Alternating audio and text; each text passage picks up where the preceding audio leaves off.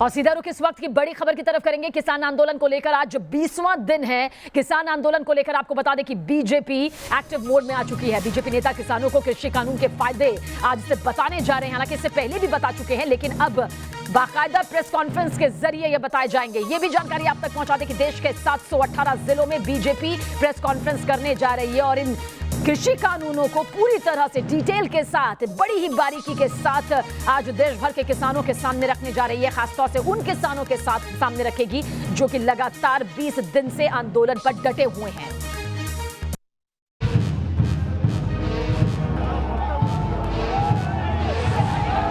कृषि कानून के खिलाफ किसानों का आंदोलन लगातार तेज होता जा रहा है। सरकार के साथ 6 दौर की बातचीत अब तक बेनतीजा रही है, लिहाजा किसानों के तेवर भी लगातार सख्त बने हुए हैं। ये आंदोलन तेज करेंगे और मोदी जी को उनके दबाव में ये वापस लेना पड़ेगा, आंदोलन लंबा चलेगा।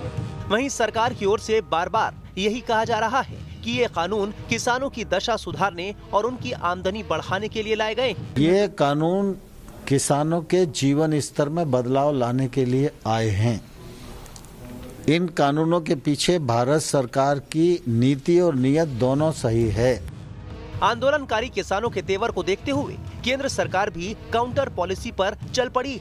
सरकार की कोशिश उन संगठनों को बढ़ावा देने की है जो कृषि कानूनों के पक्ष में है। सोमवार को अलग अलग राज्यों के 10 किसान संगठनों के नेताओं ने कृषि मंत्री नरेंद्र सिंह तोमर से मुलाकात कर कृषि कानून का समर्थन किया।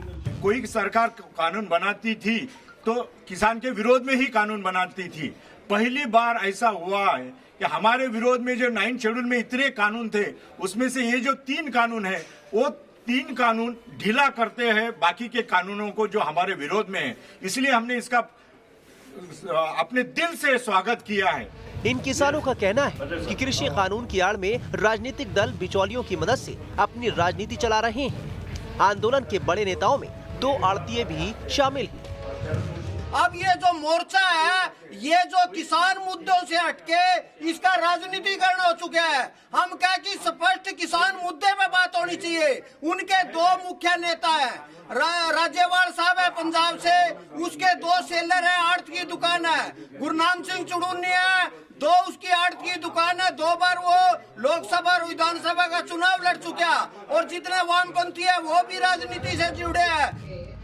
सोमवार को ही हरियाणा के बीजेपी के सांसदों और विधायकों ने भी कृषि मंत्री नरेंद्र सिंह तोमर से मुलाकात कर कृषि कानून को जारी रखने की अपील की। बीजेपी का दावा है कि मुट्ठी भर किसान ही कृषि कानून का विरोध कर रहे हैं। इस आंदोलन में शामिल लोग किसान जरूर हैं, लेकिन देश के अधिकांश किसान कृषि कानून के पक्ष में हैं। मैं नहीं कहता कि इसमें किसान नहीं है, लेकिन 98% 99% किसान इसके साथ नहीं है।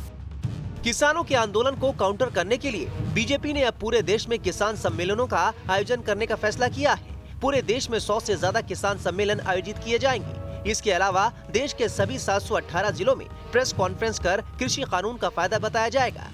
बीजेपी ऐसा करके खुद पर लग रहे किसान विरोधी टैग को हटाना चाहती है। बीजेपी नेताओं को भरोसा है कि किसान सम्मेलनों में आने के बाद कृषि कानूनों को लेकर किसानों की गलतफहमी दूर हो जाएगी।